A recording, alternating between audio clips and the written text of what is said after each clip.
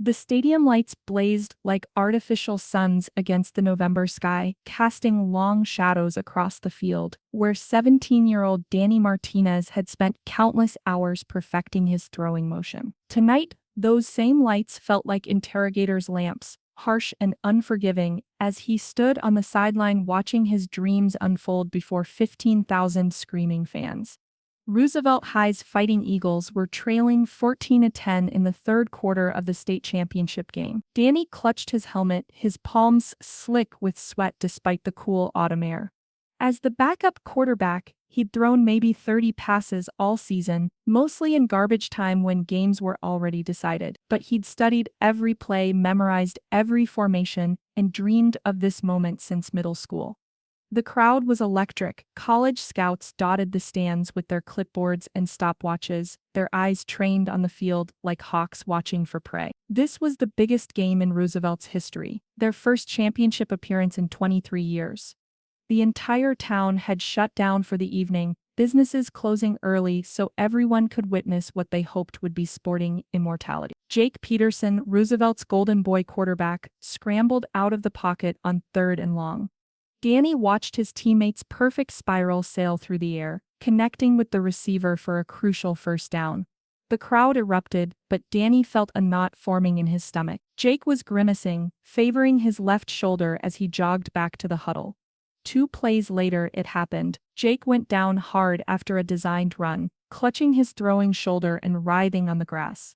The stadium fell silent, except for the worried murmurs rippling through the stand. Coach Williams knelt beside his star player, their conversation urgent and hushed. "Martinez!" Coach Williams barked, his voice cutting through the sudden quiet. "You're in." Danny's heart hammered against his ribs as he pulled on his helmet. This was it, the moment he'd visualized 1,000 times in his backyard, throwing passes to imaginary receivers, while his younger sister Rosa timed him with their father's old stopwatch. The weight of expectation pressed down on him like a physical force as he jogged onto the field. The huddle was a circle of worried faces. These were his teammates, but in this moment, they felt like strangers evaluating his worthiness. "Red 42 on 2, Danny called, his voice steadier than he felt. The play was simple, a quick slant to Marcus, their most reliable receiver. Just get the ball moving, build some confidence. The drive went well. Danny completed 4 of 5 passes, methodically moving the Eagles down the field. With each successful throw, he felt the crowd's energy shift from skepticism to cautious. His parents were somewhere in Section C, probably clutching each other's hands and praying silently in Spanish like they did during his Little League games. Time was running out. Fourth quarter, 2 minutes left. Roosevelt down by 4. Danny had driven them to the opponent's 15-yard line field goal range, but Coach Williams was gambling for the touchdown and the championship. The play call came from the sideline, 4 verticals right. Danny's mind raced as he approached the line of scrimmage. He'd run this play hundreds of times in practice, but never with stakes this high. The defensive end was cheating inside, leaving the corner route open. He made the perfect read, exactly as Coach Williams had taught him. The snap was clean. Danny dropped back, his eyes scanning the field as pass rushers converged on him. Marcus was breaking open on the corner route, just as Danny had anticipated, but the offensive line, rattled by the pressure of the moment, collapsed like a house of cards. The left tackle whiffed on his block entirely, and suddenly Danny had 300 pounds of furious defensive end bearing down on him. He tried to step up in the pocket, but there was nowhere to go. The ball slipped from his grasp as he was driven into the turf, rolling helplessly toward the goal line as precious seconds ticked away. The stadium held its breath as players from both teams dove for the fumble. When the pile cleared, the opposing team had the ball. Game over, championship lost. The silence was deafening, broken only by the celebration erupting from the visiting team's section. Danny lay on his back, staring up at those harsh stadium lights, feeling the weight of 15,000 disappointed souls pressing down on him. This was supposed to be his moment of glory, his chance to prove that the backup quarterback could be a hero too. Instead, he was just another footnote in someone else's story of failure. Jake Peterson limped onto the field, his shoulder miraculously recovered enough for him to point an accusing finger at Danny. "Real quarterbacks don't choke under pressure," he announced, loud enough for the nearby microphones to catch. That's why some guys are starters and others are backup. The crowd's boos began then, a low rumble that grew into a roar. Danny Martinez, the kid who'd spent 4 years giving everything to this team, was now public enemy number one. As he walked off the field, his teammates couldn't even look at him. He had no idea that this moment of humiliation was just the beginning of a much deeper betrayal, one that would change everything he thought he knew about loyalty, friendship, and the price of truth. The weeks following the championship game passed like a slow-motion nightmare. Danny had become Roosevelt High's most infamous student, the boy who'd fumbled away the town's dreams. In the hallways, conversations died when he approached. Former friends offered awkward smiles before finding excuses to be elsewhere. Even his teachers seemed to regard him with a mixture of pity and disappointment. Danny's refuge became the janitor's closet, next to the gym, where he ate lunch alone, listening to the muffled sounds of his former teammates laughing in the cafeteria. His girlfriend Sarah had broken up with him 3 days after the game, citing social pressure and needing space. His parents tried to be supportive, but he could see the disappointment in their eyes every time they looked at him. His little sister Rosa, once his biggest fan, now walked to school with her head down, avoiding the taunts of her classmates. The college scouts who'd shown interest in him had vanished like morning mist. The partial scholarship offer from Central State University was quietly withdrawn. His dreams of playing college football died along with his reputation. It was during one of these lonely lunch periods, exactly 3 weeks after the championship, that Danny's world shifted again. He was walking past Coach Williams' office when he heard voices through the partially open door. He recognized Jake Peterson's voice immediately, along with another man he didn't recognize.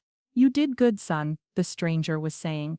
"That shoulder injury was perfectly timed. The university was getting nervous about you playing in that championship game. One real injury, and there goes your full ride." Danny froze, his sandwich falling from his hand. "I still feel bad about Martinez," Jake replied. "Kid's been destroyed. Maybe we should have found another way." "There was no other way," Coach Williams' voice cut in. "The boosters made it clear. We needed someone to take the fall for losing that game. The town needed someone to blame, and it couldn't be you. You're their golden boy, their ticket to recruiting credibility.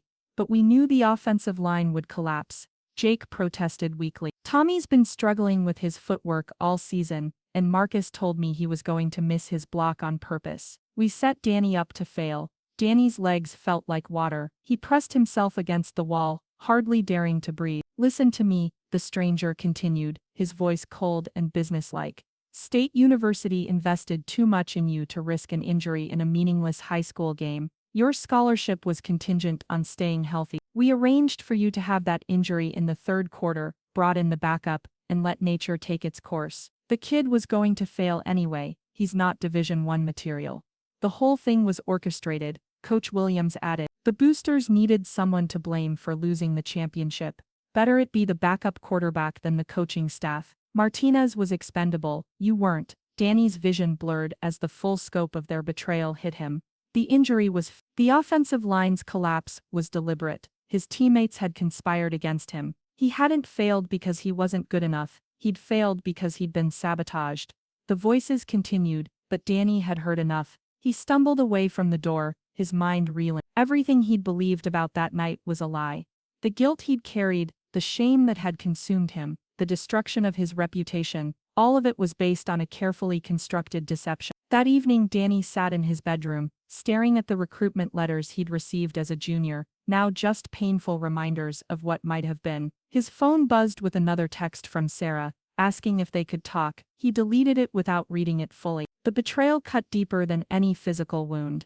It wasn't just about football or college scholarships anymore, it was about trust, about the fundamental belief that teammates supported each other, that coaches protected their players, that hard work and dedication mattered. Danny had always been taught that character was revealed in how you handled defeat. But what happened when the defeat was manufactured, when the people you trusted most were the architects of your downfall? As he lay in bed that night, staring at the ceiling, Danny made a promise to himself. He would find a way to expose the truth. He would make them pay for what they'd done. The quiet kid who'd eaten lunch alone and accepted his fate was gone. In his place was someone who understood that sometimes justice required more than just moving on and forgetting. Sometimes it required a reckoning. 3 months after the championship game, Danny was working the evening shift at Murphy's Diner on the outskirts of town. The job paid minimum wage, but it kept him away from Roosevelt High's social circles and gave him something to focus on besides his ruined reputation. Most customers barely acknowledged him, just another teenager slinging coffee and burgers to make ends meet.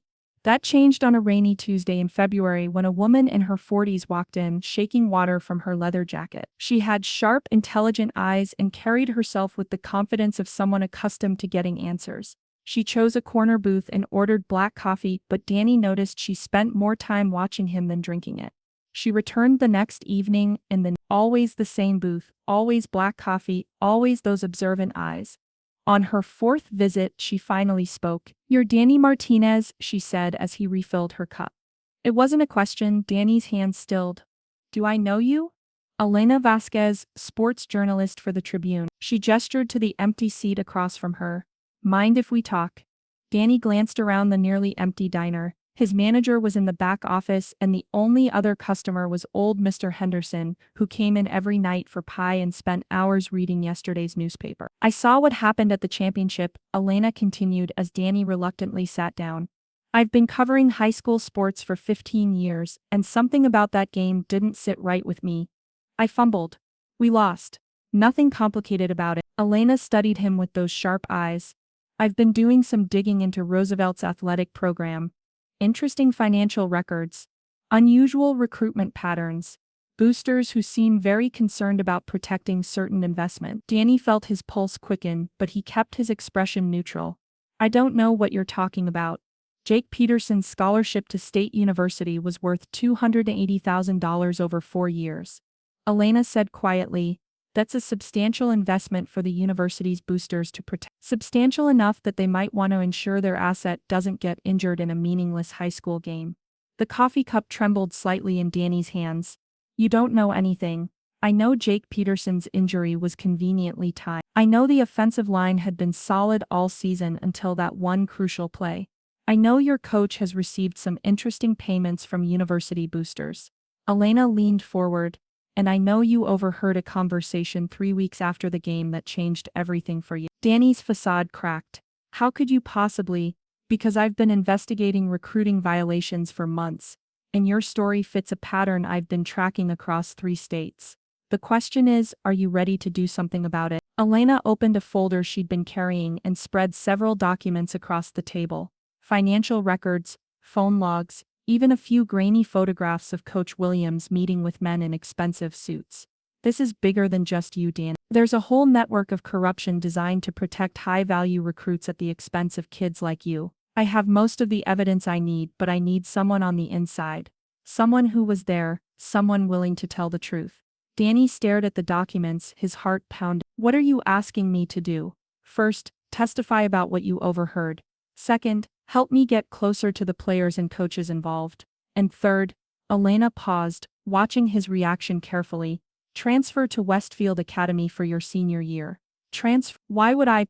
"Because Westfield's coach, Tom Rodriguez, is clean. He's also been looking for a quarterback since their starter graduated. He'd give you a fair shot based on merit, not politics." Elena's voice grew intense. "You could prove you were never the problem, Dan. You could show everyone what you're really capable of when people aren't actively sabotaging you." Danny thought about Jake Peterson, probably celebrating another weekend party as the town hero. About Coach Williams, still respected and employed while Danny slung hash at Murphy's Diner. About all the teammates who'd participated in his destruction and never lost a moment's sleep over it. "What happens if I say yes? We expose them all. The corruption, the conspiracy, the way they destroyed an innocent kid to protect their golden boy. It won't be easy. They'll fight back, try to discredit you, make your life even harder than it already is." Elena met his eyes. "But in the end, the truth comes out and you get your life back." Danny looked around the diner at the grease-stained walls, the flickering fluorescent lights, the smell of defeat that seemed to cling to everything. Then he looked back at Elena, this stranger who'd appeared out of nowhere with the power to change everything. "When do we start?" Elena smiled for the first time since he'd met her. "We already have. The transfer to Westfield Academy happened quietly over spring break. Danny's parents, initially skeptical about their son switching schools for his senior year, became supportive once Elena explained the evidence she'd gathered. His father, a man who'd worked construction for 20 years and understood the value of standing up to corruption, looked at the documents with growing anger. "They used my boy," he said in Spanish, his voice tight with rage. "They used him and threw him away." Coach Tom Rodriguez at Westfield was everything Elena had promised, a straight shooter who evaluated players based on talent and character rather than politics. During Danny's tryout, he threw 15 passes with precision and confidence he hadn't felt in months. When Rodriguez offered him the starting quarterback position on the spot, Danny felt like he could breathe again for the first time since the championship game. But Elena's article published in the Tribune 2 weeks into the new school year changed everything. "Recruited to fail: How high school athletes are sacrificed for college sports corruption," ran as the headline, with Danny's story as the centerpiece. Elena had done her homework thoroughly. She had recorded phone conversations between Coach Williams and university boosters, financial records showing payments to Roosevelt's athletic program, and testimony from a former offensive lineman who'd finally broken his silence about being ordered to miss his block. The response was immediate and vicious. Within hours of the article's publication, Danny's family's car was vandalized, the word "traitor" spray-painted across the windshield in red letters. Their house was egged 3 nights running. Someone threw a brick through Rosa's bedroom window, with a note attached: "Tell your lying brother to shut his mouth." The Roosevelt community, rather than acknowledging the corruption in their midst, circled the wagons around their fallen hero. Jake Peterson, whose scholarship had been revoked by State University, became a symbol of victimization rather than fraud. The local newspaper ran editorials defending Coach Williams and calling Danny a disgruntled benchwarmer seeking attention. "He couldn't handle being second string, so now he's trying to destroy the program that gave him everything," wrote the Roosevelt Gazette's sports editor, a man who'd been taking free meals from boosters for years.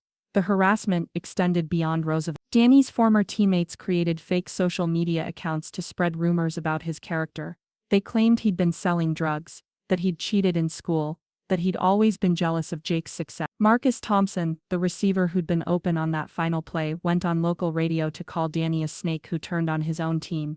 Even at Westfield, where Danny was finding success on the field, the controversy followed him. During their third game of the season, a dominant 28-7 victory where Danny threw for 3 touchdowns, opposing fans chanted "Danny the snitch" every time he touched the ball. Westfield's administration had to increase security after receiving anonymous threats about their traitor quarterback. The pressure was taking its toll on Danny's family. His mother, who cleaned houses for several Roosevelt families, lost 3 clients in 1 week. His father's construction crew, contracted for several projects in Roosevelt, suddenly found their services were no longer needed. Rosa, now in 9th grade, was fighting regularly at school as classmates repeated the lies they'd heard from their parents.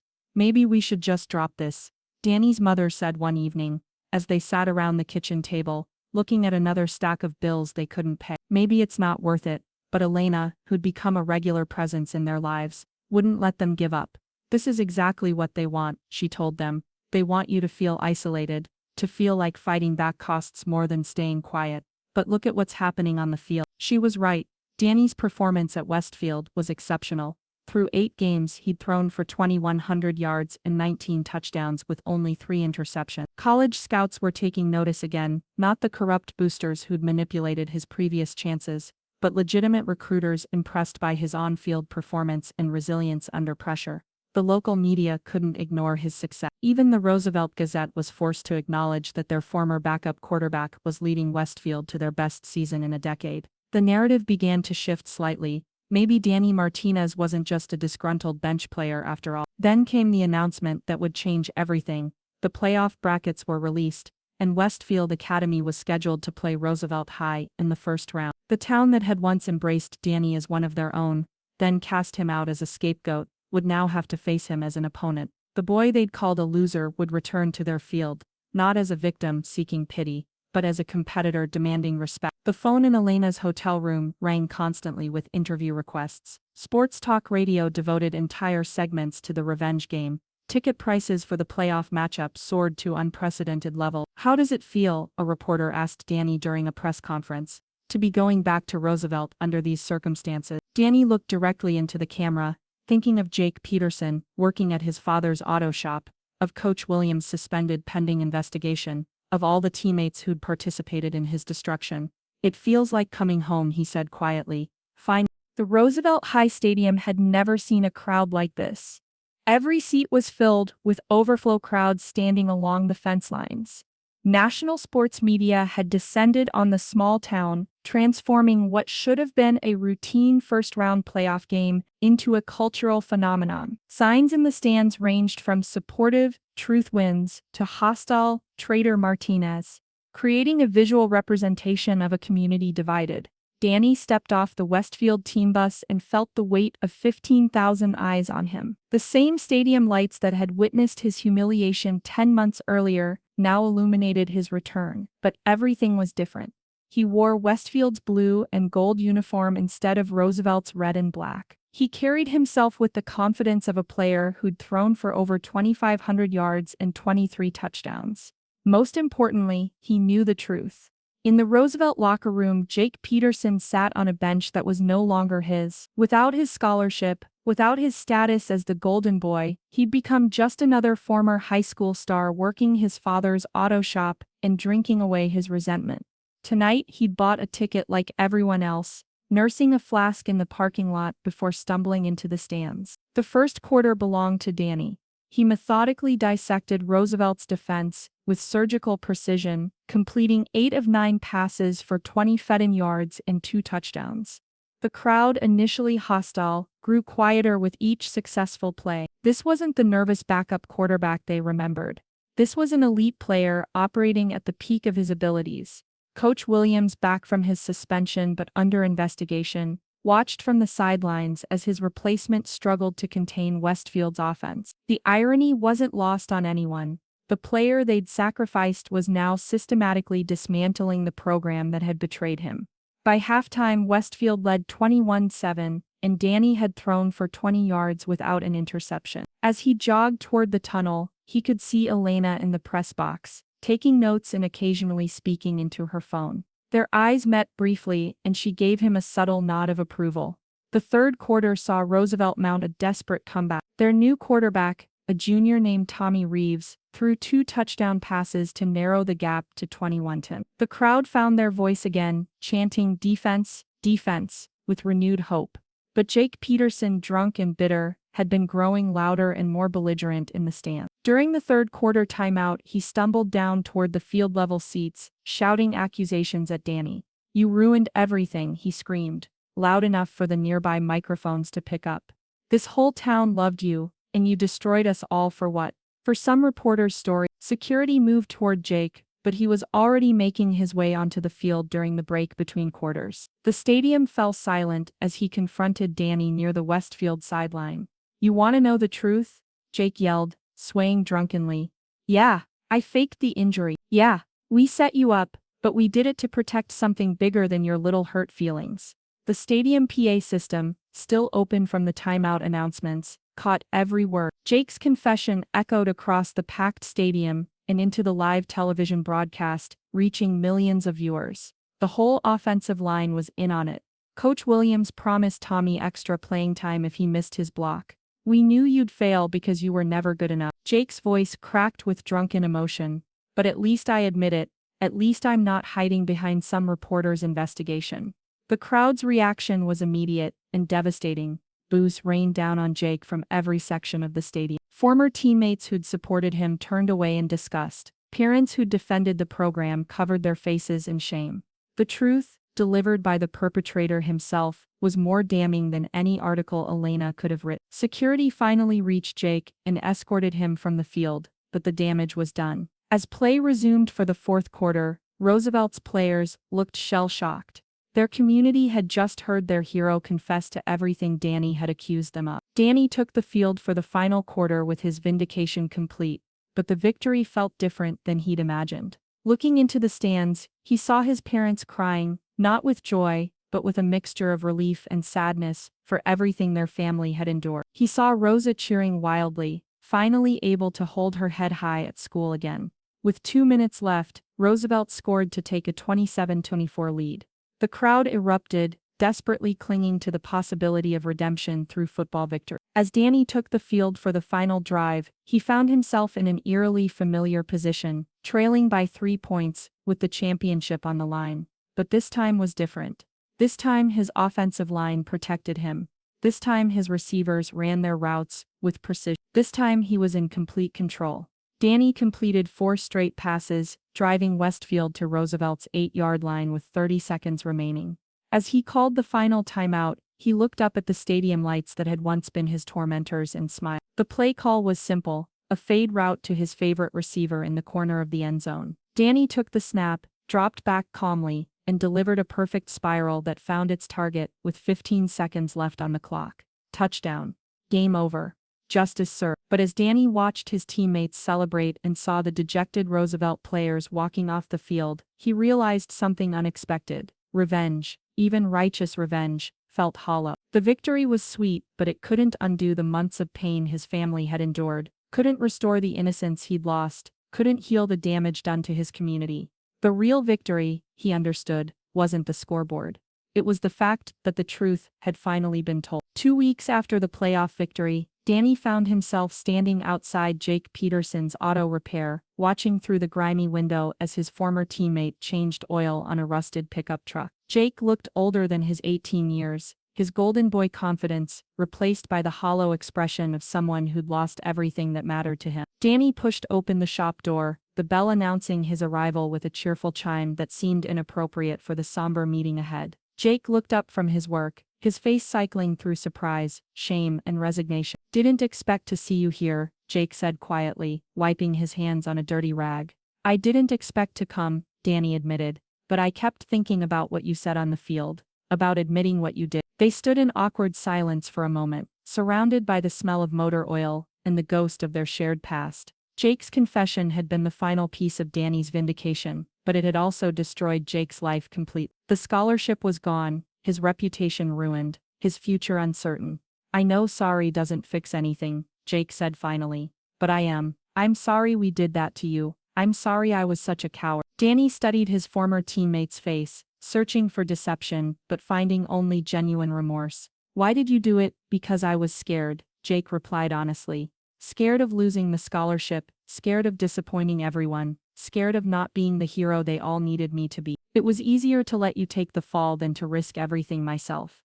The conversation lasted an hour. They talked about the pressure they'd both felt, the impossible expectations placed on teenage shoulders, the way the system had failed them both in different ways. When Danny left, they shook hands not as friends, but as 2 young men who finally understood each other. The college scholarship offers started arriving in March. Danny had his pick of Division I programs, all impressed by his performance at Westfield and his resilience in the face of adversity.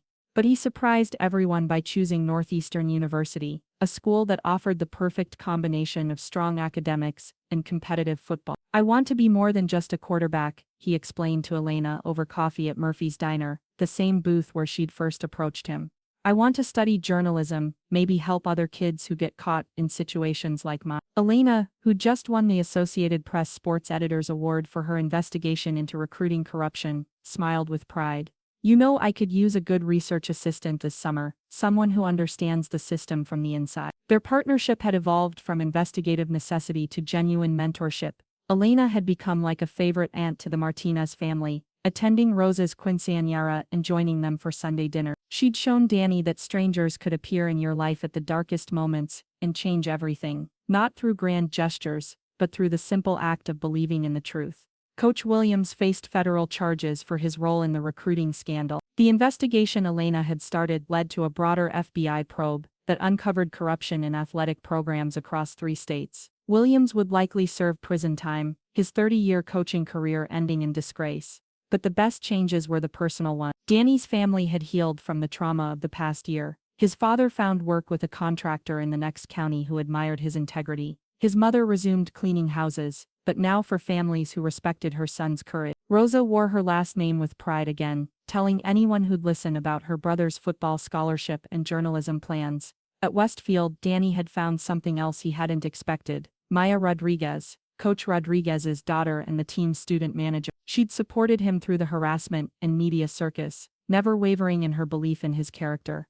Their relationship had grown slowly, built on mutual respect and shared values rather than the superficial attraction that had defined his relationship with Sarah. The final scene of Danny's high school chapter came in late spring, when he returned to Roosevelt High as a college-bound senior to speak to the current football team. The same locker room where he'd once dressed for practice now held a group of younger players who knew his story but were struggling to understand its meaning.